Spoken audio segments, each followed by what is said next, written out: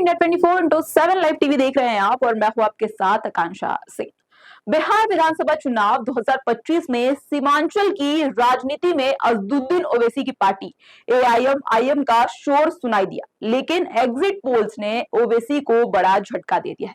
पिछले चुनाव में सीमांचल के 5 सीटों पर कब्जा जमाने वाली एआईएम इस बार सिर्फ 1 या 2 सीटों पर सिमटती नजर आ रही है। पार्टी के चुनाव चिन्ह पतन का शोर अमौर, बायसी और कस्बा जैसे इलाकों में खूब सुनाई दिया, लेकिन ये हवा अब धीमी पड़ती दिखाई पड़ रही है। अमौर में कांग्रेस और बायसी में आरजेडी की परंपरागत बढ़त को एआईएम ने चुनौती जरूर दी है, मगर एग्जिट पोल बताते हैं कि ये चुनौती निर्णायक साबित हो पाई है। राजनीतिक जानकारों का मानना है कि इस बार सीमांचल में मुस्लिम वोटों का ध्रुवीकरण नहीं हुआ है। आरजेडी और एआईएम के बीच वोट बंट जाने से एनडीए को अप्रत्यक्ष फायदा मिला है, लेकिन सीमांचल की मुस्लिम बाहुल्य सीटों जैसे किशनगंज, कटिहार, अररिया और पूर्णिया में आरजेडी और एनडीए दोनों ने अपना संगठन और पकड़ मजबूत किया है। वहीं एआईएम की पहचान आधारित राजनीतिक मतदाताओं को उतना आकर्षित नहीं कर पाई है।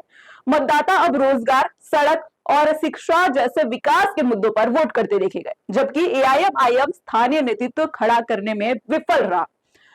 मैट्रिज सर्वे के अनुसार अगर देखा जाए तो एआईएम का वोट शेयर सिर्फ 1% के आसपास सिमट गया है। 2020 में जहां पार्टी ने 20 सीटों पर चुनाव लड़कर 5 सीटें जीती थी, वहीं इस बार 2025 के चुनाव में 25 सीटों पर उतरने के बावजूद प्रदर्शन कमजोर देखने को मिला।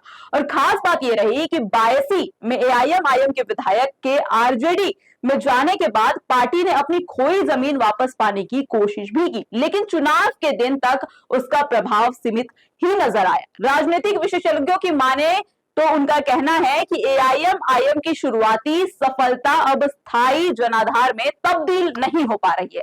पार्टी अभी भी सिर्फ असदुद्दीन ओवैसी के चेहरे तक सीमित है, जबकि स्थानीय स्तर पर मजबूत नेतृत्व का अभाव देखने को मिल रहा है। मतदाता अब उन दलों की ओर झुक रहे हैं जिनके पास सत्ता तक पहुंचने की संभावना ज्यादा है। यानी कि कुल मिलाकर अगर एग्जिट पोल्स की सही साबित होते हैं तो ये एआईएम के लिए एक पॉलिटिकल रियलिटी चेक होगा। सीमांचल में उसकी पकड़ कमजोर होती दिख रही है और पार्टी को अब विकास आधारित एजेंडा, स्थानीय नेतृत्व और गठबंधन की नई रणनीति पर गंभीरता से विचार करना होगा। 14 नवंबर को नतीजे तय करेंगे कि ओवैसी की पतंग फिर ऊंची उड़ान भर पाएगी या फिर इस बार हवा उसके खिलाफ चली जाएगी, क्योंकि लगातार आपने देखा होगा कि तेजस्वी यादव और असदुद्दीन ओवैसी के बीच जुबानी जंग देखने को मिली थी। और ये कहा जा रहा था चुनाव के पहले, चाहे पहले चरण की बात कर लीजिए या फिर दूसरे चरण की बात की जाए या प्रचार प्रसार के समय की बात की जाए, लगातार ये कहा जा रहा था कि तेजस्वी यादव के एमवाई समीकरण को ओवैसी कहीं ना कहीं खत्म करते दिखाई पड़ेंगे। और इससे पहले आपने बयान भी देखा होगा एक्सट्रीमिस्ट को लेकर, जिसमें चरमपंथी कहा था तेजस्वी यादव ने और असदुद्दीन ओवैसी ने कहा था कि एक्सट्रीमिस्ट की स्पेलिंग इंग्लिश में तेजस्वी यादव लिख कर दिखाएं।